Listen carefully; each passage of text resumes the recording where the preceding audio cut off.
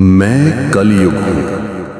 हाँ, वही युग जो अभी तुम्हारे चारों ओर है, वही युग जिसकी चर्चा ऋषियों ने सहस्त्रों वर्ष पहले की थी। लोग कहते हैं मैं अंधकार का युग हूं, अधर्म का युग हूं, झूठ और पाप का युग हूं, परंतु मैं केवल अंधकार नहीं हूं, मैं एक परीक्षा हूं, मनुष्य की आत्मा की परीक्षा। आज मैं स्वयं तुम्हें अपना सच सुनाऊंगा ताकि तुम समझ सको कि मेरा आरंभ कब हुआ, मेरे स्वरूप में क्या क्या छिपा है और मैं मनुष्यों को कहां तक लेकर जाऊंगा। त्रेता युग में श्री राम ने रावण का अंत किया। द्वापर युग में श्री कृष्ण ने धर्म की रक्षा करते हुए कुरुक्षेत्र में महाभारत कराया। जब त्रेता युग का सूर्य अस्त हुआ, जब कृष्ण ने पृथ्वी छोड़ने का निश्चय किया, तभी मैं कलयुग इस धरती पर अवतरित हुआ। पुराण कहते हैं कि जैसे ही श्री कृष्ण ने प्रस्थान किया, वैसे ही धर्म के 4 स्तंभों सत्य, दया, तप और दान में से 3 धराशायी हो गए। केवल सत्य का 1/4 भाग ही इस जगत में बचा। यही मेरे आने का संकेत था। मेरा जन्म क्षण साधारण नहीं था। द्वापर के अंत में जब कृष्ण ने अपना देह त्यागा, उस रात आकाश में अशुभ ग्रह योग बना, समुद्र गरजा, आकाश लाल हो उठा, धरती हिली। ऋषि मुनि जानते थे कि ये कलयुग का उदय है। उन्होंने कहा, अब मानवता पर कठिन समय आएगा, अब धर्म घटेगा और अधर्म बढ़ेगा। लोगों ने देखा कि जैसे जैसे मैं फैलने लगा, मनुष्य का हृदय बदलने लगा। पहले जो धर्म और सत्कर्म में आनंद पाते थे, अब लोभ और मोह में डूबने लगे। पहले राजा प्रजा की रक्षा करते थे, अब राजा अपने स्वार्थ में लगे। पहले समाज परिवारों में प्रेम और सहयोग से चलता था, अब विवाद और कलह बढ़ने लगी। मैं कलयुग आया तो सबसे पहले मैंने मनुष्य के मन को प्रभावित किया। मन ही सबसे शक्तिशाली है, क्योंकि कर्म मन से निकलता है। मैंने मन में लालच, क्रोध, वासना और ईर्ष्या के बीज बो दिए। धीरे धीरे वही बीज पेड़ बने। श्रीमद् भागवत महापुराण कहता है कि कलयुग में मनुष्य की आयु छोटी होगी। पहले युगों में लोग हजारों वर्ष जीते थे। द्वापर में ये आयु कुछ 100 वर्षों तक रह गई, पर जब मैं आया तो मनुष्य की आयु घटकर 100 वर्ष भी कठिन हो गई और समय बीतने के साथ ये और भी घटती जाएगी। मैं कलयुग केवल आयु ही नहीं लाया, मैंने मनुष्य की स्मृति और शक्ति भी कम कर दी। वेदों का ज्ञान कठिन हो गया।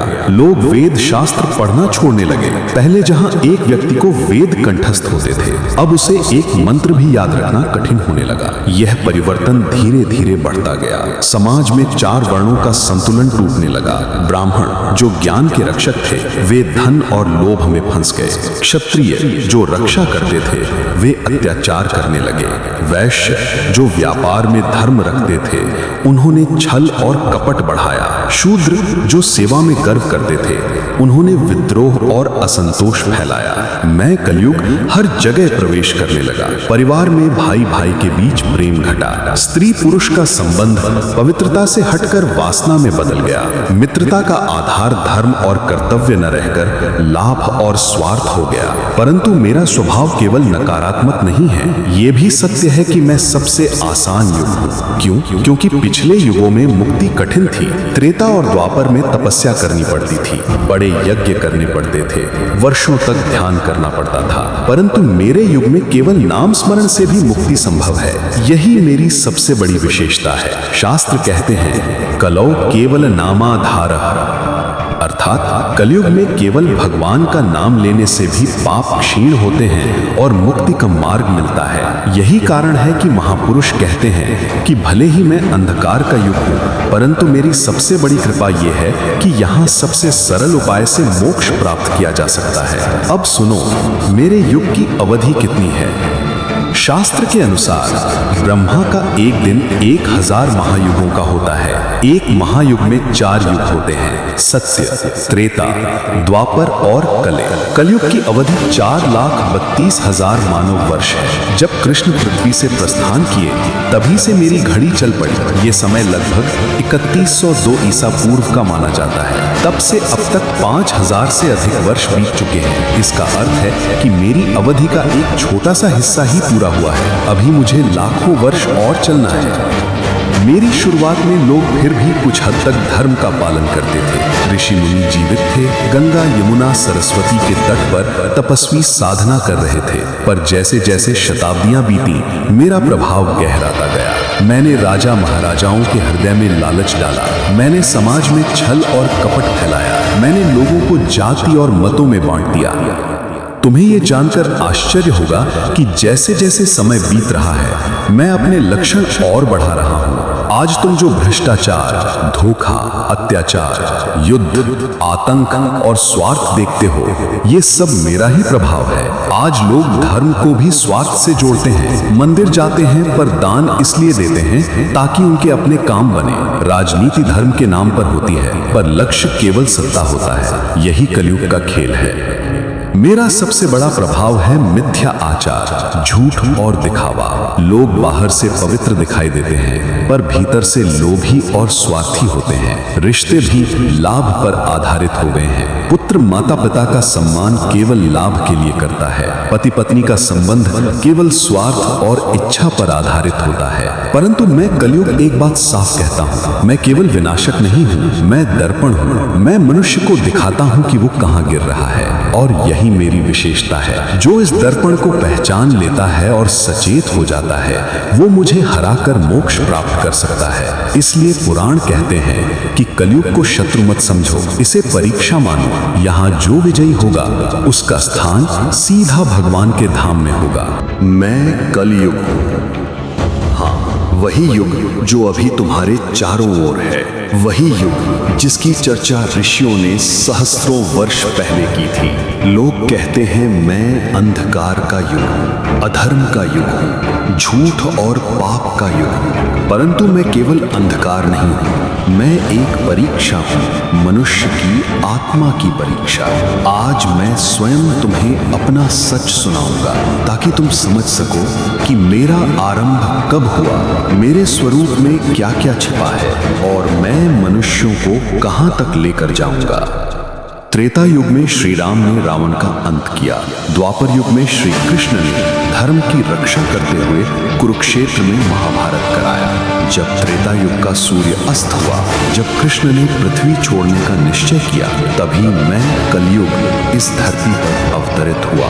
पुराण कहते हैं कि जैसे ही श्री कृष्ण ने प्रस्थान किया, वैसे ही धर्म के 4 स्तंभ सत्य, दया, तप और दान में से 3 धराशायी हो गए। केवल सत्य का 1/4 भाग ही इस जगत में बचा। यही मेरे आने का संकेत था। मेरा जन्म क्षण साधारण नहीं था। द्वापर के अंत में जब कृष्ण ने अपना देह त्यागा, उस रात आकाश में अशुभ ग्रह योग बना, समुद्र गरजा, आकाश लाल हो उठा, धरती हिली। ऋषि मुनि जानते थे कि ये कलयुग का उदय है। उन्होंने कहा, अब मानवता पर कठिन समय आएगा, अब धर्म घटेगा और अधर्म बढ़ेगा। लोगों ने देखा कि जैसे जैसे मैं फैलने लगा, मनुष्य का हृदय बदलने लगा। पहले जो धर्म और सत्कर्म में आनंद पाते थे, अब लोभ और मोह में डूबने लगे। पहले राजा प्रजा की रक्षा करते थे, अब राजा अपने स्वार्थ में लगे। पहले समाज परिवारों में प्रेम और सहयोग से चलता था, अब विवाद और कलह बढ़ने लगी। मैं कलयुग आया तो सबसे पहले मैंने मनुष्य के मन को प्रभावित किया। मन ही सबसे शक्तिशाली है, क्योंकि कर्म मन से निकलता है। मैंने मन में लालच, क्रोध, वासना और ईर्ष्या के बीज बो दिए।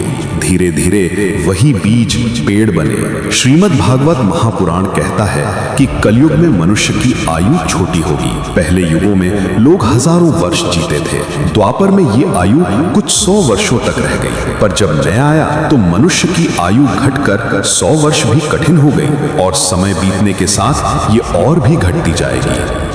मैं कलयुग केवल आयु ही नहीं लाया, मैंने मनुष्य की स्मृति और शक्ति भी कम कर दी। वेदों का ज्ञान कठिन हो गया। लोग वेद शास्त्र पढ़ना छोड़ने लगे। पहले जहां एक व्यक्ति को वेद कंठस्थ होते थे, अब उसे एक मंत्र भी याद रखना कठिन होने लगा। यह परिवर्तन धीरे धीरे बढ़ता गया। समाज में 4 वर्णों का संतुलन टूटने लगा।